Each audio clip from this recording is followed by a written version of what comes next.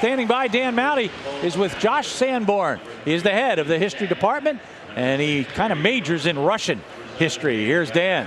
Oh, and I'll tell you what, Gary, with the Sochi Olympics going on here, the Winter Games in full force right now, what better time to check in with someone who knows what's going on over there behind the scenes, talking about a little bit of the politics behind the Olympic Games in Sochi. Josh, welcome to the Lafayette Sports Network. Thanks, I'm happy to be here.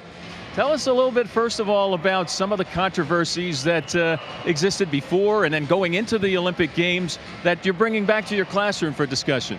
Sure, I mean, I think there are a couple of big ones that are going on right now. The one that's getting the most international attention has to do with the law against anti-homosexual propaganda that's in the country right now. So there's been a lot of international protest against that particular law, and so I think there's a lot of expectation that that might be a big issue in these games. The second one, sort of domestically in Russia, was that the games cost over $50 billion, and there was a lot of corruption involved, and so that may become a big political issue here as well. Oh, no doubt about it. Yeah, interestingly enough, the war between Georgia and Russia broke out at the opening day ceremonies, or I should say in a different part of the world, of course, but for the 2008 Beijing Olympics. And here, that same conflict 5.5 years later is in another Olympic spotlight, it seems. Well, I mean, there's a good reason why you would think about it here. Sochi is only about 20 miles from the Georgian border, actually about 20 miles from the border of Abkhazia, which is one of these regions that both Russia and Georgia claim. So it is in a region that is definitely one that's contested between those two states. Now, ever since the end of that Ossetian War, there hasn't been any fighting. There's been no real diplomatic problems before this. The Georgian government did not wish to go to these games, but they sent a team, they sent some Olympians. So that's, they're not very happy with one another right now, but there's no big conflict going on right now, which is good given how close they are together. Yeah, absolutely.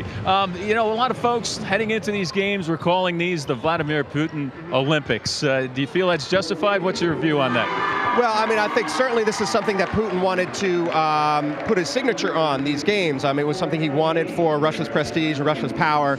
But I also think one of the reasons the media is going over is he's very visible. We want to sort of stress the idea that Putin and Russia are the same. I think it makes a good storyline for our media.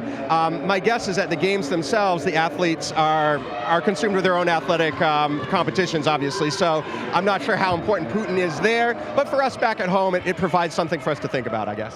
No doubt about it. Have you sensed any easing of the political agenda by the ruling party in Russia as a welcoming sign for anybody coming in to see these Olympic Games in Sochi? Yeah, I mean, I think for international tourists have been very eager to make sure that people feel welcome and that they can come. Domestically, they had a series of political amnesties right before the Olympics. This is actually kind of typical in Olympic Games that countries will ease up a little politically, and they certainly did so, although they then rearrested in Sochi a couple of the people that had launched those protests and had gotten the amnesty before, and then re-released them again. So it's still very much a dicey proposition with the political opposition in Russia right now.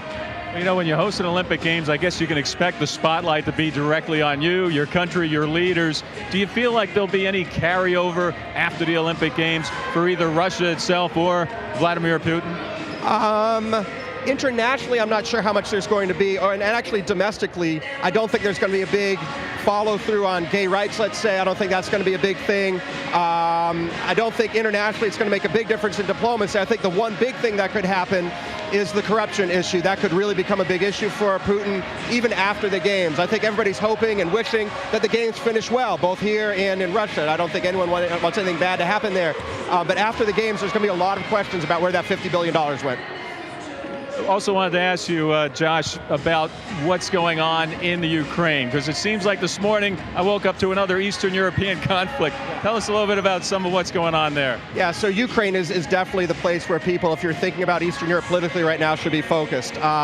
Ukraine also is sort of pinned between a desire to go into Europe and many people desire to stay within sort of a Russian sphere of influence in that country. And there's been a conflict between those two sides that's been going on for the last several months. And the main square in the city has been occupied by protesters.